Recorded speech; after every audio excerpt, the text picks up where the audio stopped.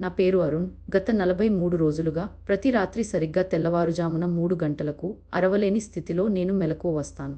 ఒక చెయ్యి పాలిపోయిన ఎముకలమయమైన నల్లని నార గ్లౌజులు తొడిగిన ఒక చెయ్యిన ఎడమ మణికట్టును నిప్పులా మండే చల్లదనంతో పట్టుకుంటుంది. మా డాక్టర్ ఇచ్చిన నిద్రమాత్రలు మింగడానికి నాకు భయం. కానీ ఈ రాత్రి ఈ చెయ్యి ఏం కోరుతోందో నాకు చివరికి తెలిసింది. ఆ నిజం ఏ పీడకల కన్నా చాలా భయంకరమైనది. అది 43 రోజుల క్రితం ఒక మంగళవారం మొదలైంది. నాకు గుర్తుంది, ఎందుకంటే అది మా బంధువు రాజేష్ అంత్యక్రియలకు హాజరైన మరుసటి రోజు. అతను 52 వయసులో పూర్తిగా ఊహించని విధంగా గుండెపోటుతో చనిపోయాడు. ఎవరో గుర్తుపట్టినట్టు ఏదో. అప్పుడు దాని గురించి నేను పెద్దగా ఆలోచించలేదు. పనితో, నా సొంత జీవితంతో నేను చాలా బిజీగా ఉన్నాను. కొద్ది రోజుల్లోనే రాజేష్ను మర్చిపోయాను. కానీ ఆ మొదటి రాత్రి పిడుగు తాకినట్టు ఒక్కసారిగా ఉలిక్కిపడి సరిగ్గా 3 గంటలకు మెలకువ వచ్చింది. నా గుండె ఎంత గట్టిగా కొట్టుకుందంటే నాకే గుండెపోటు వస్తోందేమో అనిపించింది. అప్పుడు దాన్ని అనుభవించాను. నా మణికట్టుపై ఒక చెయ్యి, చిన్నది, సన్ననిది, ఊహించలేనంత చల్లనిది. పడకగదిలో ప్రతి లైటు వేసి ఆమె దీపం వెలిగించి కిటికీలు తనిఖీ చేసినప్పుడు అక్కడ ఖచ్చితంగా ఏమీ లేదు. చొరబాటుదారుడు లేడు. తెరిచిన తాళం లేదు. ఎలాంటి వివరణ లేదు. అది కల అని నాకు నేను చెప్పుకుంటూ ఆ రాత్రి మిగతా సమయం సోఫాపై కూర్చునే గడిపాను. మరుసటి రాత్రి మళ్ళీ జరిగింది. ఆ తర్వాతి రాత్రి కూడా. ఎప్పుడూ 3 గంటలకే. ఎప్పుడూ అదే చెయ్యి. దానికన్నా సరిగ్గా 30 సెకన్ల ముందు వచ్చే అదే భయపు అనుభూతి. ఆ ఉనికిని నా మనసు గ్రహించకముందే నా శరీరం దాన్ని పసిగట్టినట్టుగా. అపాయింట్మెంట్ తీసుకున్నాను, కానీ 2 సార్లు రద్దు చేశాను. అతనికి నేనేం చెప్పాలి? ఒక దెయ్యం నా మణికట్టు పట్టుకుంటోందని, అది మానసిక చికిత్సాలయంలో నిర్బంధం, నాకు అవసరం లేని యాంటీసైకోటిక్ మందుల చీటీకి వేగవంతమైన మార్గం అవుతుంది. 10వ రాత్రికి ఆ నమూనాను శాస్త్రీయమైన ఖచ్చితత్వంతో గుర్తించాను. చెయ్యి రాత్రి 2కి వచ్చి నా మణికట్టును సరిగ్గా 47 సెకన్లు పట్టుకుని తర్వాత మాయమయ్యేది. ఆ పట్టు నన్ను బాధపెట్టడానికి ప్రయత్నించలేదు. అది దాదాపు మృదువుగా ఉండేది. అది మోసుకొచ్చే తీవ్రమైన ఆతృత భావన తప్ప.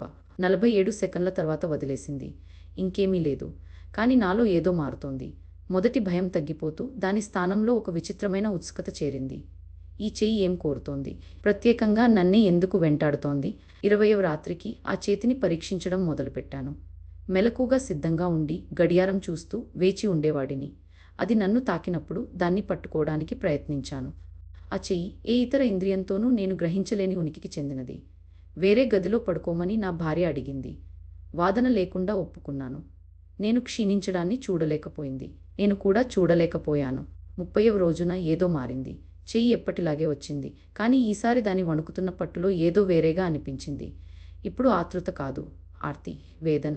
పోరాడకుండా, పారిపోకుండా, కేవలం అంగీకరిస్తూ దానితో కూర్చున్నాను. ఆ అంగీకారపు క్షణంలో నేను వినకపోయినా ఒక మాట నా మనసులో రూపుదిద్దుకుంది. ఒక పేరు. అతని బూడిదను నదిలో కలిపేశారు. అతను చనిపోయి 29 రోజులైంది. అయినా అతను ఇక్కడే, రాత్రి తర్వాత రాత్రి, జీవితాన్ని మృత్యువు నుండి వేరుచేసే తెర దాటి నన్ను చేరుకోవడానికి ప్రయత్నిస్తూ ప్రతి రాత్రి గడిచే కొద్దీ మరింత ఉద్విగ్నంగా మారుతూ ఉన్నాడు. మరుసటి ఉదయం, వారాల క్రితమే నేను చేయాల్సింది చేశాను. రాజేష్ భార్య శాలినికి ఫోన్ చేసి ఒకే ఒక్క ప్రశ్న అడిగాను. అంత్యక్రియల్లో నన్ను అలా ఎందుకు చూశావు? చాలాసేపు మౌనం. తర్వాత ఆమె నాకు అంతా చెప్పింది. రాజేష్ 15 ఏళ్లుగా వివాహేతర సంబంధం కొనసాగిస్తున్నాడు. అతని ప్రేయసి శాలిని సోదరి దీప. వాదన మధ్యలో రాజేష్ కుప్పకూలిపోయి ప్రాణాంతక గుండెపోటుకు గురై ఆమెను మోసం చేసినందుకు క్షమాపణ కోరుతూ ఆమె ఎదుటే చనిపోయాడు. చనిపోవడానికి కొద్ది వారాల ముందే వింతగా మార్చిన తన వీలునామాలో రాజేష్ తన మొత్తం ఆస్తిని 30 లక్షల రూపాయలకు పైగా విలువైనది శాలినికి కాకుండా నాకు రాశాడు. శాలిని గొంతు పూడుకుపోతూ మరింత వివరించింది. రాజేష్ తను చనిపోవడానికి 1 వారం ముందే నా ఆఫీస్కు వచ్చాడట. అతను విచిత్రంగా, కలవరంగా కనిపించి నాతో ఏకాంతంగా మాట్లాడాలని అడిగాడట. శాలినికి అతను చెప్పిన దాని ప్రకారం అతను నాకు ఏదో ఒప్పుకోవాలనుకున్నాడట. మా కుటుంబం గురించి ఏదో. రాజేష్ మోస్తున్న రహస్యం ఏదైనా, తన వీలునామాను నాకు అనుకూలంగా తిరగరాయించిన భారం ఏదైనా అతనితోనే చనిపోయింది. ఇప్పటి వరకు.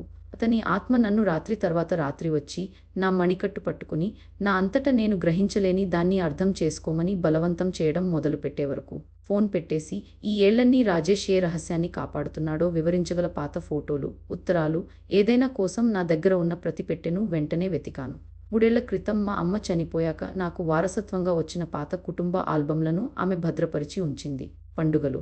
కానీ వాటిలో చాలా వరకు నేను ఒంటరిగానే ఉన్నానని గ్రహించాను. రాజేష్ అరుదుగానే వాటిలో ఉండేవాడు. ఉన్నప్పుడు కూడా ఎప్పుడూ నాకు దూరంగా చేతులు కట్టుకుని దూరపు చూపుతో ఉండేవాడు. ఇది నేను ఇంతకు ముందెప్పుడూ గమనించలేదు. వేసవులు సాధారణమైనవి, సంతోషంగా ఉన్నవి, ప్రత్యేకత లేనివి అనుకున్నాను. ఆ రాత్రి సరిగ్గా 3 గంటలకు చెయ్యి కనిపించినప్పుడు నేను ఉలిక్కిపడలేదు. దాన్ని గట్టిగా పట్టుకుని చీకటిలోకి బిగ్గరగా మాట్లాడాను. నాకు గుర్తు చేసుకోవాలని ఉంది. చూపించు.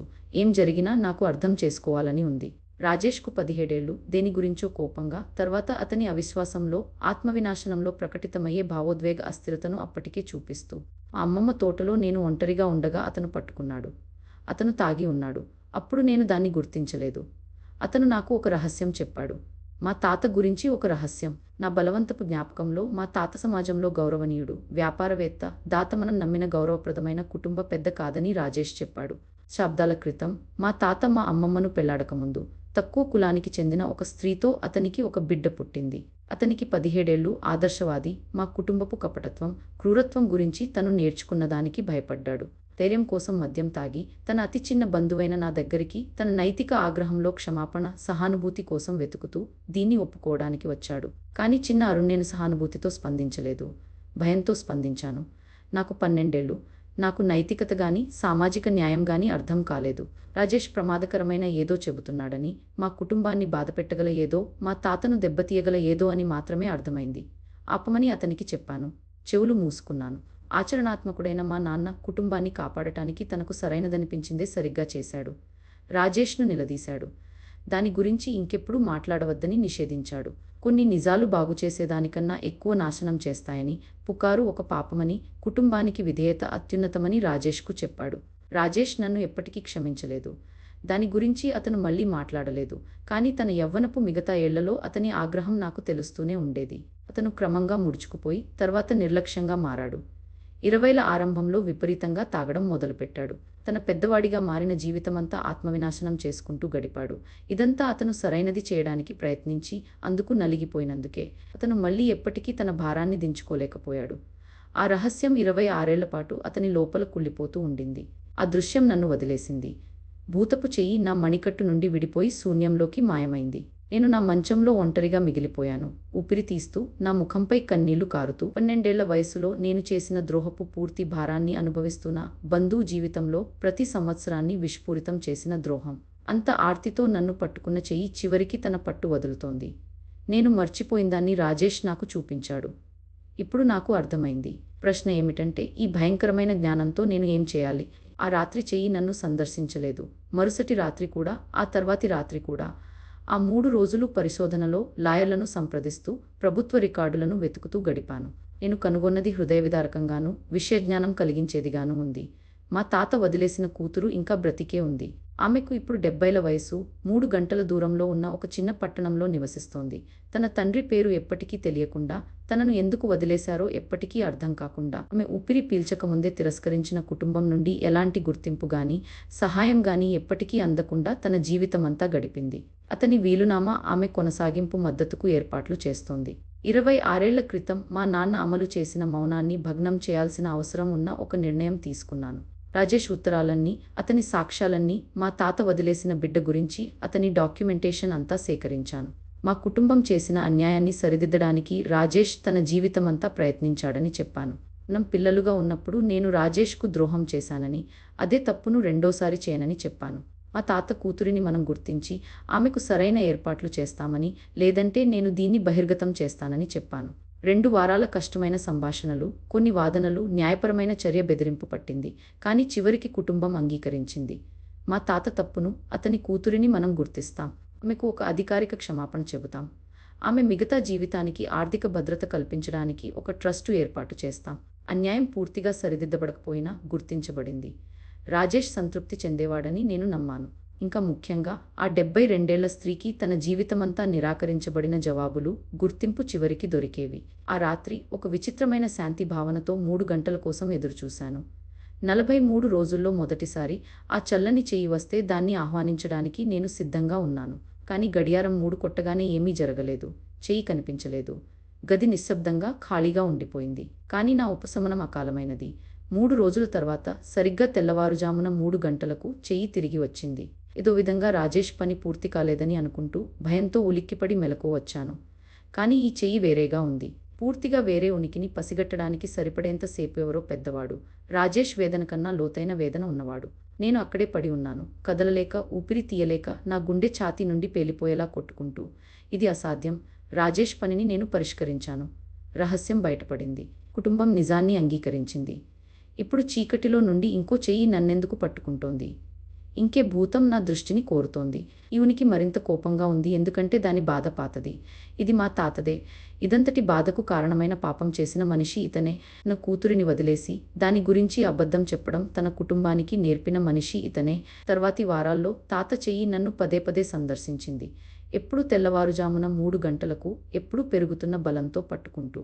కానీ రాజేష్ సందర్శనలా కాకుండా వీటిలో క్షమాపణ గాని, అర్థం చేసుకోవడం కోసం వెతకడం గానీ లేదు. తాత చివరి రోజుల గురించి, అతను చనిపోయే ముందు సంరక్షించిన కుటుంబ సభ్యులతో మాట్లాడుతూ పరిశోధించడం మొదలుపెట్టాను. నేను కనుగొన్నది ఏమిటంటే, తన చివరి సంవత్సరాల్లో అతను క్రమంగా అస్థిరంగా మారాడు. నర్సులకు, డాక్టర్లకు ఒప్పుకోళ్లు గొనగడం మొదలుపెట్టాడు. కానీ ఆ సందర్శనలు నాకు మరింత దుర్మార్గమైన ఏదో చెబుతున్నాయి. తాత సందర్శనలు తీవ్రమయ్యాయి, మరింత హింసాత్మకంగా మారాయి. ఒక రాత్రి చెయ్యి ఎంత గట్టిగా పట్టుకుందంటే నేను అరుస్తూ మెలకువ వచ్చాను. నా మణికట్టుపై నిజమైన గాయపు మచ్చలు, 3 రోజుల పాటు తగ్గని మచ్చలు. తాత చెయ్యి నన్ను కేవలం హింసించడం లేదు, ఏదో చర్య వైపు, రాజేష్ రహస్యం కన్నా చీకటిగా ఉన్న ఏదో వెల్లడి వైపు నన్ను బలవంతంగా నెట్టడానికి ప్రయత్నిస్తోంది. మా తాత గతంలోకి మరింత లోతుగా దర్యాప్తు మొదలుపెట్టాను. నేను కనుగొన్నది కేవలం అవిశ్వాసం, పరిత్యాగం కన్నా చాలా చీకటిగా ఉన్న చరిత్ర. అతను యువ వ్యాపారవేత్తగా ఉన్నప్పుడు మా తాత భూ వివాదాల్లో ఉండేవాడు. తక్కువ కులానికి చెందిన ఒక రైతు కుటుంబానికి మా తాత అభివృద్ధి చేయాలనుకున్న భూమి ఉండేది.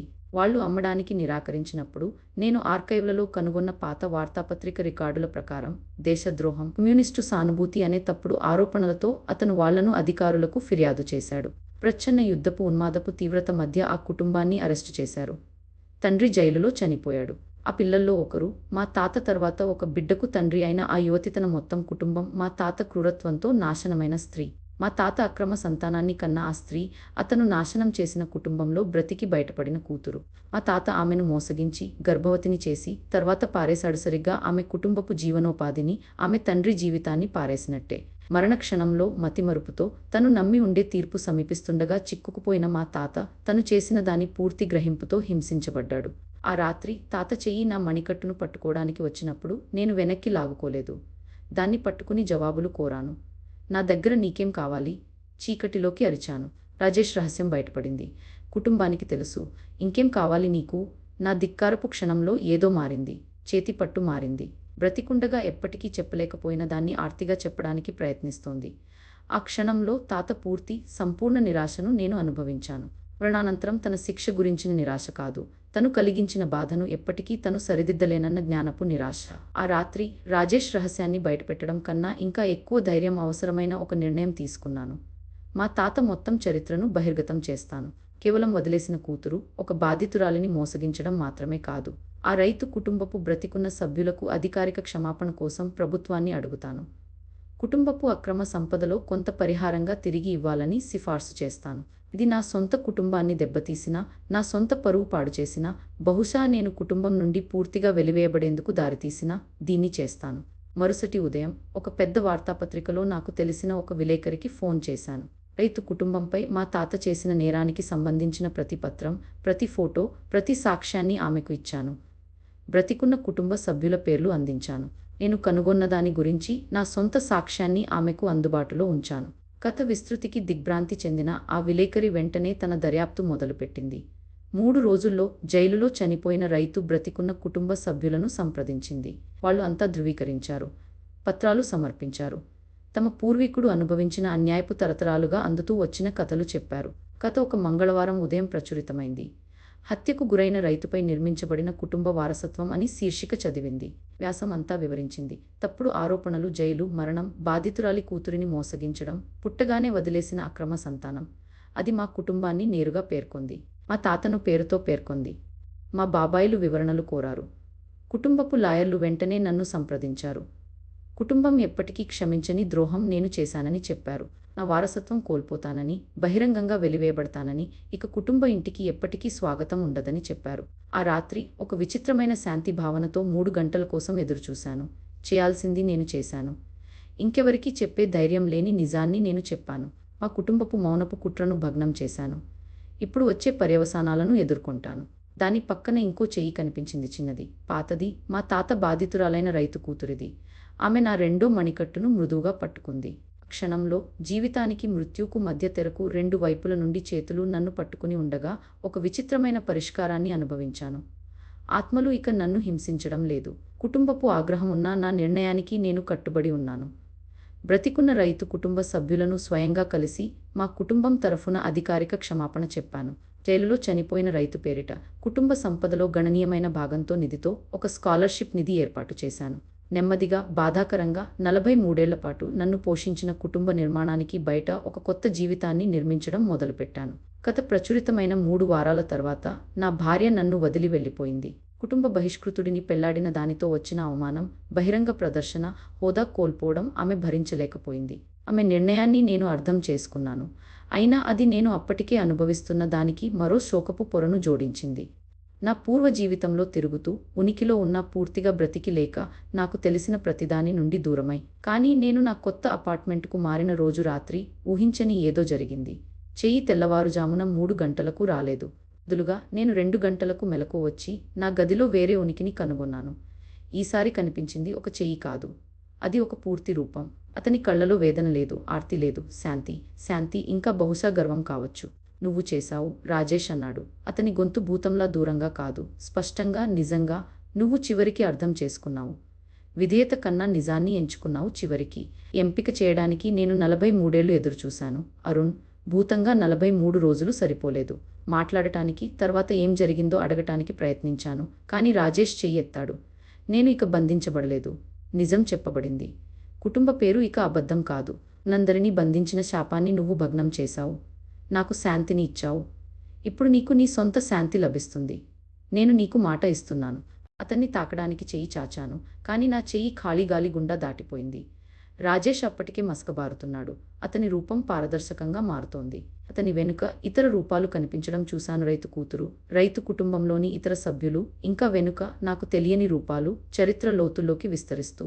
ఇంకెవరూ చెప్పని నిజాన్ని చెప్పే ధైర్యం ఒక మనిషికి ఉండేలా చూడటం గురించి. అతని రూపం పూర్తిగా కరిగిపోతుండగా రాజేష్ వీడ్కోలు మాటలు ప్రతిధ్వనించాయి. చీకటిలో పట్టుకునే చెయ్యి ఇక సందర్శించదు. నువ్వు నీ విశ్రాంతిని సంపాదించుకున్నావు. వెళ్ళు, బ్రతుకు. ఆ రాత్రి నా చిన్న అపార్ట్మెంట్లో పడుకుని ఉండగా ఒక ఎంపిక చేసుకున్నాను. కుటుంబ నిర్మాణంలో నా జీవితాన్ని తిరిగి నిర్మించడానికి ప్రయత్నించను. అమ్మానాన్నలతో గాని, బాబాయిలతో గాని సయోధ్య కోరను. ఒక సముదాయ విద్యావేత్తగా ఉద్యోగం తీసుకున్నాను. తమకు అన్యాయం చేసిన వ్యవస్థల నుండి న్యాయం కోసం వాళ్ళు సంఘటితమై డిమాండ్ చేయడంలో అట్టడుగు వర్గాలకు సహాయపడుతూ. ఒక రకంగా మా కుటుంబం ఎలా ఉండేదో దానికి వ్యతిరేకంగా మారాను. వారాలు గడిచాయి, నెలలు గడిచాయి, 1 సంవత్సరం గడిచింది. చెయ్యి ఎప్పటికీ తిరిగి రాలేదు. ప్రతి రాత్రి ప్రశాంతంగా నిద్రపోయాను. భయం లేకుండా మెలకువ వచ్చేది. కానీ ఏం జరిగిందో నేను ఎప్పటికీ మర్చిపోలేదు. ఒక్కసారి చెప్పిన నిజం తరతరాలు కొనసాగగల దుష్టత్వపు చక్రాలను భగ్నం చేయగలదని ప్రతి రాత్రి గుర్తు చేసుకునే ఒక క్షణం. కుంభకోణం బయటపడిన 2 ఏళ్ల తర్వాత ఊహించని ఏదో జరిగింది. రైతు కుటుంబానికి ప్రాతినిధ్యం వహించే ఒక లాయర్ నుండి నాకు ఒక ఉత్తరం వచ్చింది. చివరి రాత్రి నాకు కనిపించిన రైతు కూతురు తన నిద్రలో ప్రశాంతంగా చనిపోయింది. తన వీలునామాలో ఆమె నాకు చేతిరాతతో రాసిన ఒక ఉత్తరం వదిలింది. అతను నిన్ను ప్రేమించడం ఎప్పటికీ ఆపలేదు. మరణంలో కూడా నీపై అతని ప్రేమే అతను ఆ సరిహద్దు దాటి నిన్ను చేరుకోగలిగేలా చేసింది. మా కుటుంబాన్ని మేం క్షమించినట్టే నిన్ను నువ్వు క్షమించుకో. గతం చనిపోయింది. భవిష్యత్తు నువ్వు తీర్చిదిద్దుకోవాల్సినది. భూతావాహనలు మొదలైనప్పటి నుండి మొదటిసారి పూర్తిగా ఏడవడానికి నన్ను నేను అనుమతించుకున్నాను. రాజేష్ కోల్పోయిన సంవత్సరాల కోసం, రైతు కోల్పోయిన జీవితం కోసం, మా తాత క్రూరత్వం నుండి వ్యాపించిన బాధంతటి కోసం ఏడ్చాను. రైతు కూతురు తన చివరి సంవత్సరాలను చేదుతనం కాకుండా శాంతిని కనుగొంటూ గడిపినందుకు కృతజ్ఞత. కానీ జరిగినదంతటి పూర్తి అర్థాన్ని నేను ఇంకా గ్రహించలేదు. అది 3 ఏళ్ల తర్వాత రాజేష్ మరణ వార్షికోత్సవం రోజు వచ్చింది. అతీంద్రియ దృగ్విషయాలను, సామూహిక అపరాధం, ఆధ్యాత్మిక ప్రకటనల మధ్య సంబంధాన్ని అధ్యయనం చేస్తున్న ఒక పరిశోధకురాలు నన్ను ఆహ్వానించింది. బదులుగా అన్యాయాలను వెలుగులోకి తేవడానికి చనిపోయినవారు ప్రత్యేకంగా సంభాషించినట్టు కనిపించే కేసులను ఏళ్లపాటు అధ్యయనం చేసిన డాక్టర్ అమర అనే మహిళను కనుగొన్నాను. డాక్టర్ అమర చరిత్రంతటా ఇలాంటి 17 కేసులపై తాను సంకలనం చేసిన పరిశోధనను నాకు చూపించింది. అన్యాయపు జ్ఞానంతో భారమైన చనిపోయినవారు. ఆ జ్ఞానాన్ని మోసి ఆ నిజాన్ని చెప్పగల జీవించి ఉన్న వ్యక్తిని కనుగొనడానికి కొన్నిసార్లు మృత్యు సరిహద్దును దాటి చేరుకోగలరు. ఈ బంధువు నిన్ను ఎంచుకున్నాడు. అరుణ్, ఎందుకంటే నువ్వే ఇది చేయగలవని నీకే తెలియనప్పుడు కూడా ఏదో స్థాయిలో అతనికి తెలుసు. ఇంకొక విషయం ఉంది, డాక్టర్ అమర్ కొనసాగించింది. నేను అధ్యయనం చేసిన ప్రతి కేసులో నిజం చివరికి చెప్పబడినప్పుడు, అన్యాయం చివరికి బయటపడినప్పుడు, చనిపోయిన వ్యక్తి చివరిసారిగా భూతావాహన రూపంలో కాదు, కృతజ్ఞత లేదా ఆశీర్వాద రూపంలో కనిపిస్తాడు. గొంతులేని వారికి ఒక గొంతుగా. నీ జీవిత మార్గం మారింది అరుణ్, ఎందుకంటే ఈ పాత్రకు నువ్వు ఎంచుకోబడ్డావు. నీ బంధువు ఒక నేరాన్ని బయటపెట్టడానికి మాత్రమే నిన్ను వెంటాడలేదు, అతను నిన్ను ఒక వృత్తిలోకి పిలిచాడు. డాక్టర్ అమర్తో మాట్లాడిన తర్వాత వారాల పాటు ఆమె చెప్పిన దానంతటిపై ఆలోచించాను. నేను నిజంగా ఎంచుకోబడ్డానా, లేక నేను కేవలం ఒక ఎంపిక చేశానా? వాటి మధ్య తేడా ఉందా? రెండూ ఏకకాలంలో నిజమని నేను అర్థం చేసుకున్నాను. అవును, రాజేష్ నన్ను వెంటాడాడు, నిజం చెప్పడం వైపు నన్ను నెట్టాడు. నేను ఆ ఆహ్వానాన్ని అంగీకరించాలని ఎంచుకున్నాను. అలా చేయడం నాకు అన్నీ ఖర్చైనా నా కుటుంబం, నా భార్య, నా కెరీర్, నా సామాజిక హోదా. గొంతులేని వారికి ఒక గొంతుగా మారాలని ఎంచుకున్నాను. ఆ ఎంపిక నాకు ఏం ఖర్చవుతుందో పూర్తిగా తెలిసి కూడా. కానీ నేను మీకు చెప్పబోయే కథలో చాలా కాలం తర్వాత వరకు నాకు తెలియని మరో వెల్లడి ఉంది. డాక్టర్ అమర్తో నా సమావేశం జరిగిన 3 ఏళ్ల తర్వాత నా సముదాయ కేంద్రంలో ఊహించని ఒక సందర్శకురాలు వచ్చింది. ఆమె ఒక యువతి, బహుశా 25 ఏళ్లుండొచ్చు. నేను వెంటనే గుర్తుపట్టలేని విధంగా నాకు పరిచితంగా అనిపించే ముఖ లక్షణాలతో. కానీ నేను మిమ్మల్ని నిందించడానికి గానీ, మరింత న్యాయం కోరడానికి గానీ ఇక్కడికి రాలేదు. నాకు మిమ్మల్ని తెలుసుకోవాల్సిన అవసరం ఉంది కాబట్టి వచ్చాను. ఎందుకని అడిగాను. ఆమె నాకు జరిగినదంతటి గురించిన నా అవగాహనను మార్చేసే ఒక కథ చెప్పింది. మా బామ్మ డైరీలు వదిలింది అని దియ వివరించింది. తన చివరి సంవత్సరాల్లో రాసినవి. వాటిలో తను చనిపోవడానికి కొన్ని వారాల ముందు తనకు వచ్చిన కలల పరంపరను వర్ణించింది. ఆ కలల్లో మీ బంధువు కనిపించాడు. నాకు వయసు వచ్చినప్పుడు మిమ్మల్ని వెతికి మీరు మొదలుపెట్టిన సయోధ్య పనిని కొనసాగించాలని అతను అన్నాడని. నేను నిర్ఘాంతపోయి మౌనంగా కూర్చున్నాను. రాజేష్ నన్ను వెంటాడటం మాత్రమే కాదు, ఆమె నిన్ను ఏం చేయమంది అని దియను అడిగాను. ఆమె నవ్వింది. రాజేష్ చివరి నవ్వును ఎంతగా గుర్తుకు తెచ్చిందంటే నా కళ్ళలో నీళ్లు తిరిగాయి. నన్ను చదువుకోమంది అని దియ చెప్పింది. విద్యావంతురాలిని కావాలని, న్యాయశాస్త్రం, చరిత్ర, సముదాయ సంఘటనం నేర్చుకోవాలని. మా ముత్తాతని చేదుతనం ద్వారా కాదు, ఆయన కుటుంబానికి జరిగింది ఇతరులకు జరగకుండా నిరోధించే వ్యవస్థల సృష్టి ద్వారా అతని జ్ఞాపకాన్ని గౌరవించాలని ఆమె కోరింది. నేను 3 నెలల క్రితం యూనివర్సిటీ నుండి పట్టభద్రురాలయ్యాను. ఒక న్యాయ కార్యక్రమంలో అడ్మిషన్ పొందాను. నేను వెంటనే అవునన్నాను. తర్వాతి సంవత్సరాల్లో దియ నా శిష్యురాలే కాదు, ఈ పనిలో భాగస్వామిగా మారింది. సముదాయ కేంద్రాన్ని విస్తరించాం. చారిత్రక న్యాయం, పునరుద్ధరణ పద్ధతులపై దృష్టి సారించిన విద్యా కార్యక్రమాలు సృష్టించాం. కొందరు తామే వెంటాడబడుతున్నారు. కొందరు తమ కుటుంబాలు ఏం చేశాయో ఆ జ్ఞానాన్ని మోస్తూ నిజం చెప్పే మార్గం కనుగొనడంలో తమకు ఎవరైనా సహాయపడాలని ఎదురుచూస్తున్నారు. నేను చేసిన ఒక్క నిజం చెప్పే చర్య ఒక అలల ప్రభావాన్ని సృష్టించి ఇతరులు తమ సొంత గొంతులను కనుగొనేలా చేసింది. దియ నా దగ్గరికి మొదట వచ్చిన 5 ఏళ్ల తర్వాత ఇలాంటి బృంద సమావేశాల్లో ఒకదానిలో ఒక అసాధారణమైనది జరిగింది. 80ల వయసులో ఉన్న ఒక మహిళ లేచి, భారత అత్యవసర పరిస్థితి కాలంలో తప్పుడు అరెస్టుల్లో పాల్గొన్న పోలీసు అధికారి అయిన తన తాత గురించి ఒక కథ చెప్పింది. అసౌకర్యమైన నిజాలు చెప్పడంలో మేం ప్రజలకు సహాయపడతామని విని మా కేంద్రానికి వచ్చానని చెప్పింది. తర్వాత మొత్తం గది నిశ్శబ్దమయ్యేలా చేసే ఏదో అంది. గత వారం నా తాత గురించి కల కన్నాను. అతను నాకు కనిపించి నిజాన్ని వెతికినందుకు నాకు ధన్యవాదాలు చెప్పాడు. కానీ దాన్ని అసాధారణం చేసింది ఏమిటంటే గదిలో చాలామంది గుర్తింపుగా తలలు ఊపారు. చాలామంది అన్నారు, అవును, మాకు అలాంటి కలలే వచ్చాయి, మా సొంత పూర్వీకుల నుండి. ఆ రాత్రి జరిగినదంతటి గురించి ఆలోచిస్తూ మంచంలో పడుకున్నాను. 5 ఏళ్ల క్రితం నా ప్రయాణం మొదలుపెట్టాను. ఒక్క భూతానికి భయపడుతూ, నిద్ర కోసం ఆరాటపడుతూ, నాకు పిచ్చి పడుతోందని నమ్ముతూ. అసాధ్యమైన ఎంపికలు చేశాను. దాదాపు అన్నీ కోల్పోయాను. చనిపోయిన వారిచే వెంటాడబడ్డాను. ఒక కొత్త వృత్తిలోకి పిలవబడ్డాను. ఆ క్రమంలో నేను ఒంటరిని కాదని కనుగొన్నాను. మన దేశమంతటా, బహుశా మొత్తం ప్రపంచమంతటా చనిపోయిన వారు జీవించి ఉన్నవారిని చేరుకుంటూ నిశ్శబ్దం చేయబడిందాన్ని చెప్పమని, నిరాకరించబడిందాన్ని గుర్తించమని, దొంగిలించబడిందాని కోసం పరిహారం చెల్లించమని అడుగుతున్నారు. ఆ రాత్రి 3 ఏళ్ల క్రితం రాజేష్ చివరి సందర్శన తర్వాత మొదటిసారి నా గదిలో ఒక ఉనికిని అనుభవించాను. కానీ ఈసారి అది ఒక చెయ్యి కాదు, అది ఒక నిర్దిష్ట వ్యక్తి కూడా కాదు. నేను అర్థం చేసుకోవాల్సింది చివరికి అర్థం చేసుకున్నానన్న గుర్తింపులా. వ్యక్తిగత భూతావాహన ఒక సామూహిక పిలుపుగా రూపాంతరం చెందిందని. నా వ్యక్తిగత బాధ ఇతరులెందరో చివరికి గొంతు కనుగొనగల ఒక ద్వారంగా మారిందని. కానీ నా కోసం మరో వెల్లడి వేచి ఉంది. అది 6 నెలల తర్వాత వచ్చింది. ఒక సాయంత్రం దియ, నేను సముదాయ కేంద్రంలో ఆలస్యంగా పనిచేస్తూ ఒక పెద్ద చారిత్రక పరిశోధన ప్రాజెక్టు కోసం పత్రాలు సర్దుతున్నప్పుడు దియ ఒక పాత ఫైలులో ఏదో కనుగొంది. నెలల క్రితం కేంద్రానికి అజ్ఞాతంగా దానం చేయబడిన ఒక ఉత్తరం. తన జీవితమంతా అతన్ని వెంటాడిన దాని గురించి, టీనేజర్గా నాకు చెప్పడానికి ప్రయత్నించిన రహస్యం, నా ద్రోహపు పర్యవసానాల గురించి, ఆ ద్రోహం తర్వాత అతను చేసిన ప్రతి వినాశకర ఎంపికను ఎలా రూపొందించిందో రాశాడు. రాజేష్కు తన 40ల చివరిలో గుండె సమస్యలు మొదలయ్యాయని ఆ ఉత్తరం వెల్లడించింది. డాక్టర్ దగ్గరికి వెళ్ళి తనకు కొన్నేళ్లే బ్రతికి ఉంటాడని తెలుసుకున్నాడు. తన సొంత మరణాన్ని ఎదుర్కొనే ఆ క్షణంలో అతను ఒక ఎంపిక చేశాడు. అన్యాయపు తన జ్ఞానాన్ని తనతో చనిపోనివ్వడు. అతను రాశాడు, అరుణ్, నువ్వు దీన్ని చదువుతున్నావంటే నేను విజయం సాధించానని అర్థం. మరణానికి ఆవల నుండి నిన్ను చేరుకున్నాను. చనిపోయిన వారి చెయ్యి ఎంత చల్లగా అనిపించినా ఎప్పుడూ ప్రేమతోనే చాచబడుతుందని నీకు చూపించాను. నీకు కలిగించిన వేదనకు క్షమించు. నా జ్ఞాపకాన్ని మాత్రమే కాదు, మా కుటుంబం నిశ్శబ్దం చేసిన వారందరి జ్ఞాపకాన్ని నువ్వు గౌరవించావు. నువ్వు యాదృచ్ఛికంగా కాదు, ప్రేమతో ఎంచుకోబడ్డావని తెలుసుకుంటూ నా ఆశీర్వాదంతో ముందుకు సాగు. అప్పుడు నాకు అమూల్యమైన ఒక వరం ఇవ్వబడిందని అర్థమైంది. శాపం కాదు, శిక్ష కాదు, ఒక వరం.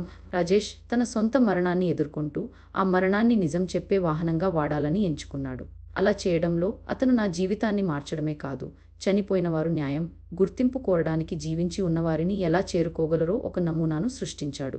ఇప్పుడు చాలా ఏళ్ల తర్వాత ఈ కథను మీతో పంచుకుంటూ ఇక్కడ కూర్చున్నాను. నేను ఇక భూతాలచే వెంటాడబడటం లేదు, కానీ ఒక లక్ష్యంచే వెంటాడబడుతున్నాను. తమ గొంతులు నిశ్శబ్దం చేయబడిన, తమ చరిత్రలు చెరిపివేయబడిన, తమ నిజాలు తమ శరీరాలతో గుర్తులేని సమాధుల్లో పూడ్చిపెట్టబడిన వారి గురించి ఆలోచించడానికి. చనిపోయిన వారి చెయ్యి ఇక నన్ను సందర్శించదు, కానీ ఆ చేతి జ్ఞాపకాన్ని నేను ప్రతిరోజూ మోస్తాను. మీరు ఈ కథ వింటూ ఉంటే చెప్పాల్సిన నిజం, భగ్నం చేయాల్సిన మౌనం, గుర్తించాల్సిన న్యాయం మీకు ఉంటే మీ గొంతు కనుగొనడానికి మీరు చనిపోయిన వారిచే వెంటాడబడాల్సిన అవసరం లేదని తెలుసుకోండి. చనిపోయిన వారు ఇప్పటికే మిమ్మల్ని చేరుకుంటున్నారు. మీరు చేయాల్సింది వినడం, తర్వాత మాట్లాడే ధైర్యం కలిగి ఉండటం మాత్రమే.